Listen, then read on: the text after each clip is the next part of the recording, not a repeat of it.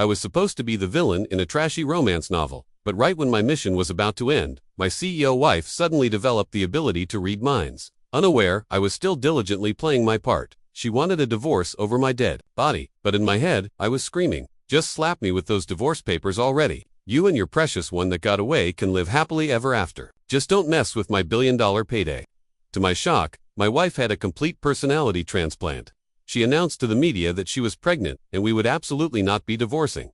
Stormed into the private room at the restaurant where my wife Sarah was with Chris, her old flame. I grabbed a glass of wine and, without a word, splashed it right in Chris's face.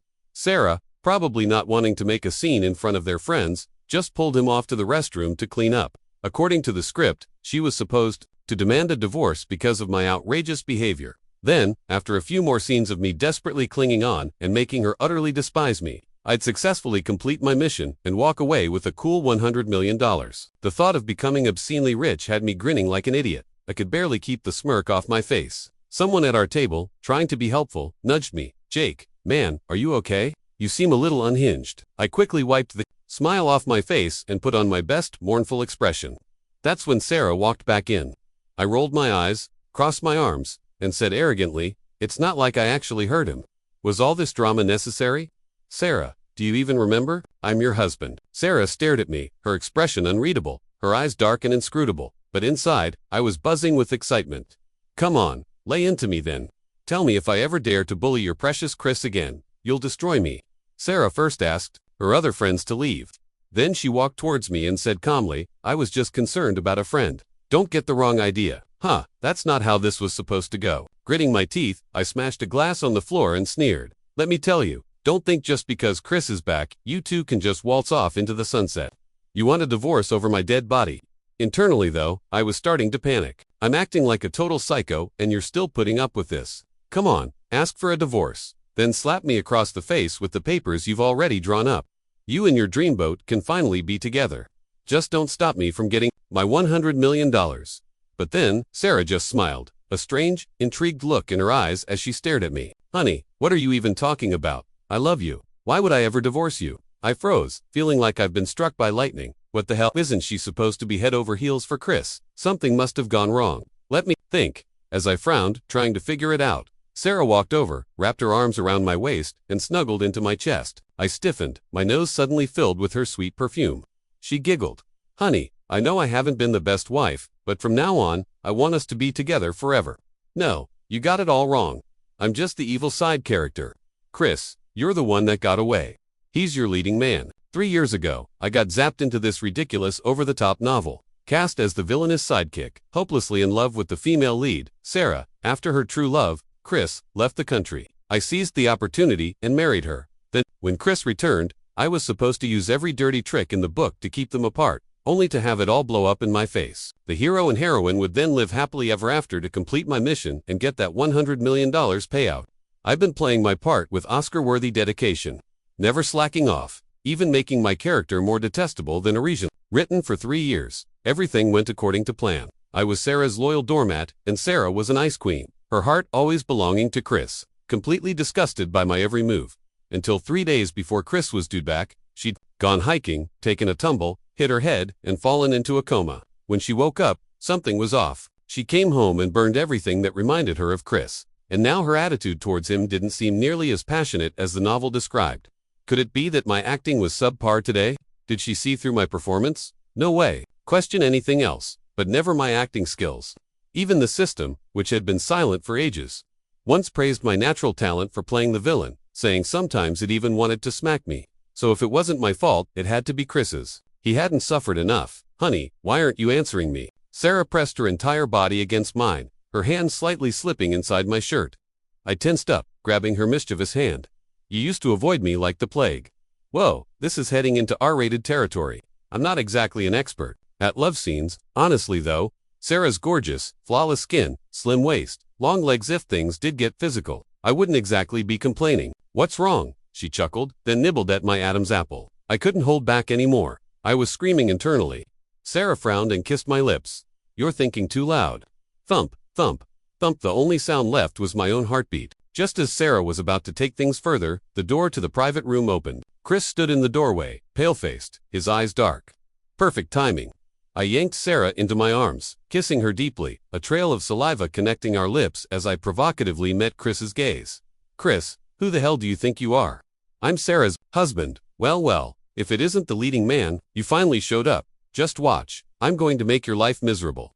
Chris just stood there, pursing his lips, looking distressed and utterly wronged. Sarah, he said, his voice shaky, all those times you chased after me, telling me you loved me, was all of that a lie? As young and naive back then, Sarah's tone was icy. I didn't know how to judge people.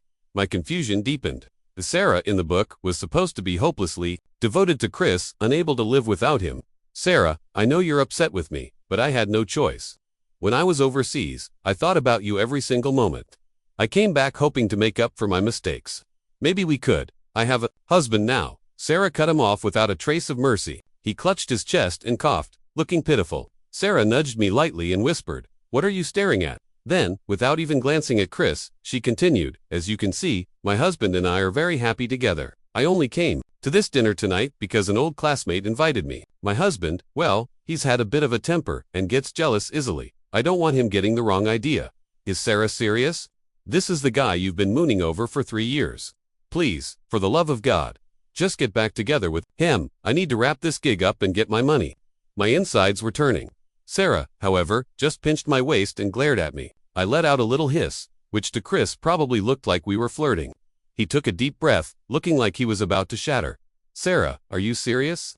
Have you forgotten the tricks he pulled to make you marry him 3 years ago? Speaking of which, I got a question for you. You kept saying you loved me, but when my family's business was struggling, when I needed you most, where were you? Chris was speechless. Sarah took my hand and started walking towards the door. As we passed him, Chris grabbed her wrist, his eyes slightly red. Sarah, just give me one more chance, please. His voice trembled. To my surprise, Sarah let go of my hand, slowly pried his fingers off her wrist, and replied coldly, "I'm not interested in leftovers. Chris, please have some respect." Chris stood rooted to the spot, a picture of dejection. I was stunned too. How did the plot go so off the rails? Alarm bells clanged in my head. Don't tell me Sarah's actually fallen. For me, how am I supposed to finish my mission then? Okay, calm down. Main female characters like her are usually all talk, denying their true feelings. You two are so dramatic. Without me stirring the pot, you'd break up eventually anyway. Sarah tutted again, clearly annoyed. Stop worrying about other people. Don't look in the back seat of the car. Sarah's hands started wandering again, her warm breath fanning my neck. The driver's right there, I whispered, trying to push her away gently. She laughed, and don't make a sound. Her hand moved lower. I sucked in a sharp breath and grabbed her wrist. Did Sarah take the wrong meds or something? She used to look at me like I was something she scraped off her shoe, totally killing any mood. Sometimes I can't help but think the female lead in this story is blind, passing up a handsome guy over 6 feet tall like me for that heartless jerk. Sarah's expression flickered, then she was back to cooing at me. I only just realized. You see that? Stop dreaming, you're so scrawny. You better steer clear of me next time, or I might push you again, and you'd probably just keel over. Chris stopped in his tracks as if he'd suddenly remembered something. He quickly grabbed Sarah's sleeve and said with a pained expression, "Sarah, I came back this time because I needed to tell you I have stomach cancer. The doctors say I have 3 months at most. Terminal illness. Classic. Definitely fake, but it's a good move. This has to get Sarah feeling sorry for him, right?" Sure enough, Sarah froze for a second. "Really?" Chris gave a bitter smile and nodded. "Look at me. I'm so thin." I immediately chimed in. "I can vouch for that. One push and he goes down." Sarah shot me an unreadable glance. I cleared my throat, giving myself the perfect excuse to bail. "Well, in that case, I'm not a complete jerk. You two should talk. I've got things to do, so I'll head out." Internally, I was ecstatic. Finally, they get some alone time. "Chris, you better step up your game and win Sarah over with that charm of yours. Waiting for those divorce papers. $100 million. Here I come." This time, Chris didn't disappoint. The very next day, a video of Sarah and him going back to an apartment together went viral. Sarah, with her image as a beautiful, powerful businesswoman, had always been popular on social media. Her childhood sweetheart story with Christopher, one that never quite panned out, was a frequent topic of nostalgic gossip. Not only that, but videos of me splashing wine on Chris at the club and of Chris getting pushed down at the office had also surfaced online. A few reporters were camped outside my house when I stepped out. They swarmed me, bombarding me with questions. One reporter asked, "Mr. Mitchell, do you have any comment on Miss Davis and Chris Walker?" I diligently played my role as the stumbling block to true love. replying resentfully, an affair during marriage and someone knowingly being the other person. What's there to say? The reporter pressed on, but I heard you used some underhanded tactics to marry Miss Davis in the first place. Now her true love is back. They look great together, don't you think? Emotionally blackmailing Miss Davidson into staying with you is a bit much. My face remained impassive, but inwardly, I gave this young reporter a thumbs up. Back when Sarah was going through hell with her family's business, Chris abandoned her, left her high and dry. Everyone in our circle knows that. She was momentarily stunned by my question, then asked, "It's common knowledge that you and Miss Davis don't have a good relationship. You never even spend an anniversary together. Why would you want to maintain such a marriage in name only?" "I don't want to," I screamed internally, but on the surface, I had to keep up the act. So I just scoffed, turned on my heel, and walked away, trying to project an image of stubborn loneliness. Clips from that interview quickly went viral online. A lot of people were trashing me. "This guy is disgusting. He clearly took advantage of her. When she was vulnerable, he tricked her into marriage, and now he's acting like the victim. He's nothing compared to Chris." From head to toe, Chris is Sarah's one true love. The actual people involved haven't even said anything, and he's over there jumping around like a pathetic clown. Why hasn't Sarah spoken up yet? I want to see her put him in his place. Things have gotten this messy, and he still won't agree to a divorce. I bet he's just after her money, so shameless. Scrolling through comment after comment attacking me. My feelings were a bit complicated. Thinking back on my 3 years of playing the devoted side character, I really had been at Sarah's beck and call. If she didn't want to go on a date, I'd show up half a day early and wait for her downstairs from her office. If she got drunk, I was her designated driver, taking her home. She always used business trips to avoid our anniversaries. I'd fly to wherever she was, wait around until she ran out of excuses. Then we'd have a quick dinner, and I'd catch the earliest flight back the next morning, if I didn't have this omniscient view of the story. Being so devoted to someone and getting nothing back would be genuinely heartbreaking. But right now, instead of lamenting the fate of the male side character, I should be cheering for my impending mission completion, because according to the novel, my character's ultimate fate is that after Sarah and Chris rekindle their romance, I keep causing trouble, try to manipulate public opinion against Chris, only to get piled on by netizens and make a bleak exit. Right now, they probably patched things up and I'm getting dragged online. Mission completion is just around the corner. I even hoped they'd lay into me harder. The more despicable I seemed, the more sympathy the public would have for Chris. Sarah called me on the phone. She asked cautiously if I was upset by all the negative press. I sniffled, then said viciously, "Sarah, cut the act. Let me tell you, as long as I'm around, Chris Walker will never be anything more than a sleazy hidden affair." I could hear Chris's voice in the background, muffled, "Sarah, just being here with you like this is enough for me." Another wave of excitement washed over me internally. Whoa, they're already shacking up. Attaboy Chris. Sarah, hurry up and divorce me. My $100 million is just one divorce decree away. Suddenly, Sarah got angry, her voice rising. "Say that again." I hung up without hesitation. That would probably make her even angrier. In a fit of rage, she'd divorce me. Perfect. But I waited for 3 days, and Sarah didn't come home, let alone mention a divorce. I figured that Chris kid probably wasn't pulling his weight enough. I'd have to step in. An idea sparked. I registered a new social media account and fired off 3 outrageous posts. "All right, people, it's me, Jake Mitchell. Line up if you want to bash me. You think your little online pylon is going to make me back down? True love, my ass. I'm going to stick with Sarah Davis for life. Let's see who gives in first. Haha, Sarah, you want to ride off into the sunset with your precious Chris. Dream on. Chris Walker, you're a parasite. Why don't you just drop that?" That instantly turned the whole situation into an absolute firestorm. My phone number got leaked, and suddenly I was bombarded with an endless stream of harassing calls and texts. I put my phone on airplane mode, which meant I missed Sarah's big announcement early the next morning. The house phone rang. It was my assistant telling me to check the trending topics immediately. "Mr. Mitchell, you finally picked up. Ms. Davis just announced you're going to be a dad." My brain short-circuited for a moment. I frantically pulled up Sarah's social media profile. Last night, Sarah had posted an ultrasound picture captioned, "My husband's just scared of losing me. That's why he's been acting out on social media. Please bear with him. We're doing great and we'll be welcoming a new life together. We will absolutely not be divorcing. Please, everyone show some respect and stop spreading rumors, or I won't hesitate to take legal action." This completely blew up the internet. Sarah's and my names were still at the top of the trending lists after an entire night. No one would have guessed that Sarah, who was always subtly reminiscing about her past on social media, would actually be having my baby and publicly declaring her love for me. Well, in that case, Chris really is the other man. Looks like he's the manipulative one, after all. Alright, show's over. Folks, the one that got away turned out to be a dud. The second lead gets the girl. Happy ending. We laughed at him for being crazy. He's laughing at us for not seeing the truth. Enough said. Wishing them a long and happy life. This completely threw me for a loop. This plot twist wasn't in the book. I immediately rushed to Sarah's office. She was sitting at her desk looking at documents. She glanced up at me, perfectly calm. No need to thank me. We're family. It's what I should do. My chest heaved, and I roared internally. Thank you, my ass. Divorce. I want a divorce. What's this about a baby? I demanded. Aside from Sarah acting a bit off her rocker these past few days, I hadn't touched her in 3 years. There was no way she was pregnant. She smiled, tilting her head and blinking innocently. Just because there isn't one now, doesn't mean there won't be one later. Haven't you always said you wanted to have a baby with me? I was stunned, speechless. If I didn't act like I wanted to possess the female lead, would I even be a proper villainous side character? I was just acting. How could you actually believe it? Sarah stood up, walked over to me, and caressed my face, a thoughtful expression. In her eyes, honey, I truly know I was wrong. You're the one who's always been good to me. From now on, I'll love you just as much as you've loved me. I'll protect you. You're not allowed to go anywhere. On the surface, I looked moved. Sweetheart, I've finally waited long enough for you. Inside, however, I was panicking. Sarah's actually in love with me. Sarah's actually in love with me. What do I do? What do I do? Is my $100 million gone just like that? Just then, a commotion erupted at the door.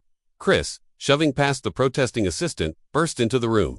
You wouldn't see me, so I had to invite myself in, Chris said, looking disheveled. Sarah just pursed her lips and let out a short, derisive laugh. Done faking your terminal illness, sigh. If this Chris guy had half my acting skills, he'd have won the girl ages ago. My assistant and I tactically exited, once again leaving. The two of them alone, make or break. This was it. Just in case, I hid outside the door to eavesdrop. Chris lowered his head, his hands clenching at his sides. He still sounded resentful. I was wrong to lie to you, but I only did it because I love you so much. Are you really having Jake's baby? Didn't you love me most, Mr. Walker? Sarah didn't give him an inch, her voice like ice. I believe I made myself perfectly clear before. I love my husband, and I'm willing to have a child. Your actions have made me very angry, especially arranging for reporters to slander my husband. If it weren't for old time's sake, you wouldn't even have a chance to stand before me right now. Sarah, is that really how you see me? Chris forced a bitter smile, his expression wounded. It's been 3 years, and you've changed so much. You actually believe Jake. Don't you know what kind of person he is? He's been targeting me, and you're still helping him. Please don't let him fool you. Chris wasn't wrong. According to Sarah's original character profile, she would unconditionally trust Chris and despise a malicious person like me. How is it that now every word out of Sarah's mouth was defending me? Are you finished? Sarah pulled out a checkbook, quickly filled out a check, and slid it in front of Chris. You think I don't know about your little schemes back then? You abandoned me when my family's business was failing. Now that I've made a comeback, you think you can just waltz in and profit off me. Let me tell you, life doesn't work that way. Take this $5 million and get out. What in the world? That $5 million was supposed to be what Sarah gave me when we divorced. I'm the one who's supposed to be told to get out, not Chris. Chris, if you're a man, refuse it. Who knew Chris really wasn't much of a man? He hesitated for a moment, then took the check. The next second, right in front of Sarah, he tore the check in half. Sarah, it's okay if you don't believe me. I have a way to make you believe me. With that, he strode towards the door. I didn't have time to move, and we collided. He glared at me, his eyes red with indignation. Before I could even process what happened, he was gone. A moment later, the assistant rushed in, frantic. This is bad. Mr. Walker is on a roof. He says he's going to jump to prove his sincerity. Sarah and I raced to the rooftop.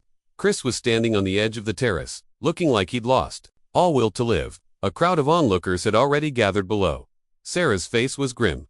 She kept telling him not to be impulsive, that they could talk things through. I was already pissed at him for his bad acting derailing the plot. Now he was pulling this stunt. Wasn't this just going to push Sarah further away? While he was trying to play the sympathy card with Sarah, I grabbed him by the scruff of his neck and yanked him back. I channeled all my frustration from these past few weeks into my fist and slammed it into his face. What kind of damn self-pitying stunt are you trying to pull? It's pathetic to watch. It's all because you suck. I can't carry you through this plot. I gave you so many chances. Why can't you just get it right? Great. Now my $100 million is about to go up in smoke. It's all your fault. The jinxed security guards finally rushed up and pulled us apart. Later, as we were getting bandaged up at the hospital, we just glared at each other, remembering how Chris clearly hadn't actually wanted to die. I let out a cold snort. Suddenly, I recalled what the system had once told me. If the plot really went off the rails. I had one last resort, faking my death. My part of the story was over. As long as I could make an exit, the mission would be complete. Throughout all this, Sarah had been fussing over me with concern. Chris, apparently unable to stand it any longer, got up, cradling his arm, and walked out dejectedly. While Sarah was on the phone, I ran out and stopped him. Hey, how about we team up? No choice. Looks like I had to carry this whole thing. The next day, Sarah received news that both Chris and I had been kidnapped. The kidnappers we had hired informed us everything was going according to plan. Sarah had already left with the ransom money. Chris still looked doubtful. She'd definitely not save me. I don't understand the point of this setup, and that's why you'll never win her heart. I shot him a look. I'm the only one who can help you now. Truth be told, this was all part of my grand performance of faking my own death. If I was gone, maybe Chris and Sarah would have a chance to get back together. Sarah arrived quickly. Let them go, she said, her voice strained. I'll agree to any conditions. The lead kidnapper, following the script, stated his terms. Sorry, M. Davis, you can only save one of them. Choose. That's not what you said on the phone. Sarah was aghast. Sarah, enough talk. The kidnapper continued reciting his lines. If you don't agree, I'll kill them both. Sarah's face was a mask of grim concentration. Let me think about it. I shot Chris a look. He understood immediately, putting on an expression of profound love mixed with a readiness for death. Sarah, I know you won't choose me. Let me be the one to die. I wish you and Jake eternal happiness. He even managed to squeeze out a few tears. I had to admit, when it came to playing the manipulative victim, Chris was in a league of his own. The kidnapper turned to me. Mr. Mitchell, what about you? Any last words? Sarah stared at me, her eyes wide, gave her a small smile. Sarah, I'm afraid I can't be with you anymore. Goodbye. Then the warehouse. I began to shake violently. The building was collapsing. The kidnapper reacted first, yelling, Sarah. She grabbed my hand and started pulling me towards the exit. With Chris close behind, just as we neared the doorway, I wrenched my hand free from Sarah's grasp and gave Chris a hard shove forward. As she watched in utter disbelief, I disappeared into the thundering roar of the collapsing structure. The last thing I heard was her heart-wrenching scream, Jake. Of course, I wasn't dead. I picked this warehouse carefully. I planted some small explosives underneath one beam, and the building naturally became unstable. I'd also set up a hidden tunnel near the entrance. It looked like I was buried under the rubble, but I'd actually slipped away through the tunnel. After successfully faking my death, I threw my head back and howled at the sky. I'm finally free. Just then, the system's voice suddenly piped up. Host, are you happy? I jumped, then immediately started cursing. You son of a underscore. You finally decide to show up. Hurry up and transfer that $100 million to me. The money has already been credited to your account. The system replied. You haven't answered my question. Of course I'm happy. I'm finally done with this cheesy drama. Do you have any idea how hard these 3 years have been? Holding all in, how to put it, I did feel a tiny twinge of guilt towards Sarah. After all, I had deceived her, and I'd chosen money. But then I consoled myself. Any normal person would have made the same choice. She was probably already rekindling things with Chris by now. I enjoyed a period of blissful freedom to make a clean break with the past. I forbade the system from telling me anything about Sarah or Chris. One day, the system, being a smart aleck, asked me again, Host, do you think Sarah is the type to give up easily? I shook my head. Inside, if she gave up that easily, she wouldn't have been hung up on Chris for so many years. Wait a minute, you're not trying to hint at something, are you? You're overthinking it, Host, the system said. I leaned back in my rocking chair, feet swinging idly. My death was flawless. Even if Sarah found out, what could she do? The world's a big place. Where would she even find me? The words had barely left my mouth when a female voice came from behind me. Jake, you were hard to find. I yelled and tumbled right out of my chair, onto the floor. Holy crap, what's going on? Why didn't that stupid system warn me? System, host, you told me not to say much after that accident. Sarah tore the place apart but couldn't find your body. She never believed you were dead and has been looking for you ever since. Sarah, a small smile playing on her lips, walked towards me step by step. What do I do? What do I do? Damn it, Sarah. What did I ever do to deserve this in a past life? Is this how a main female character is supposed to act? Maybe I should just pretend I don't know her. There are plenty of lookalikes in the world. I was just about to open my mouth when Sarah cut me off. She raised a finger and pressed it to my lips, planning to pretend you don't know me. I'd give up on that idea if I were you. I'd recognize you even if you returned to ash. How does she know? Sarah straightened up, looking down at me after I fell and hit my head on that hike. I gained the ability to read your mind. Jake, stop your internal monologue. It's deafening, Sarah said, frowning. I didn't believe it. Sarah's a big liar. Her face darkened, her tone growing sharper. Say that one more time and see what happens. Okay, Fine. She really could read minds. No wonder her personality had changed so drastically after she woke up from the coma. Did that mean she'd heard every single one of my scheming little thoughts? So embarrassing. Way too embarrassing. And here I was, priding myself on my superb acting skills, only to be played by Sarah all along. I have a question. Ask. How did you suddenly decide you couldn't live without me? It's not just because you find it amusing to hear my thoughts, is it? She began to speak slowly. While I was in a coma, I also had a dream. I dreamed that after Chris came back, I was desperate to be with him and hated you. Even though you warned me multiple times that Chris wasn't a good person, I just ignored you coldly. Eventually, I got my wish and ended up with Chris, only to find out he was just using me. Later, he started womanizing and partying, and eventually he and his lover conspired to kill me. After I died, you were the only one who visited my grave each year. When I realized events were unfolding exactly like in my dream, I knew it wasn't just a dream. It was a memory from my past life. Jake, you're the one worth cherishing for a lifetime, huh? System, get your ass out here and tell me what's going on. Why is the plot I know different from hers? The system remained silent. Sarah smiled again. Don't bother looking for it. I told it to get lost. Jake, I know just as much. As you do now, you can't beat me. She looked quite fetching, with that confident glint in her eye. I scratched my head. But I'm just the villainous side character. You're supposed to be with Chris, the male lead. How can I steal the hero's girl? My voice dwindled as I spoke. Sarah's voice became even gentler. My life is my own, not written by someone else's pen. These past 3 years, even though I didn't show it on the surface, my heart was slowly falling for you. I fell in love with you a long time ago, Jake. You are the one and only leading man in my life. Let's not be bound by the plot. Okay, besides, she added with a playful light in her eyes. It's just a mere 100 million. I can give you double that. That day, the sun was shining perfectly. Sarah's smile was beautiful, and like a fool, I nodded. Of course, there was also the small matter that who in their right mind would say no to $200 million. Then it settled. Sarah warned, leaning her head on my shoulder, if you run again, I won't be so nice. My insides churned once more with a silent tirade. Sarah gritted her teeth. Are you cursing again? Oops, right. I quickly started reciting Twinkle, Twinkle, Little Star, my head. By the time I got to the 50th mental repetition, Sarah couldn't take it anymore. If you sing that one more time, she growled. Then she kissed me. Well, I couldn't exactly keep reciting after that. As our lips tangled, she murmured, let's have a baby. Later, Sarah and I had an adorable daughter. Sometimes, I still worry. What if that damn system comes back one day and tells me I don't belong in this world? It yanks me out. What would Sarah do? Sarah, hearing my thoughts, would always comfort me.